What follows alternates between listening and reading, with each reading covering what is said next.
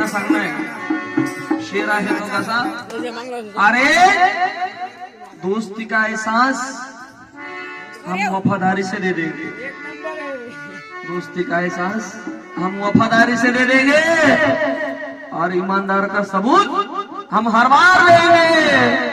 बाबा साहब के खिलाफ कोई बोलेगा तो राहुल उसकी जबान काटकर हाथ में दे देंगे। जबान काटकर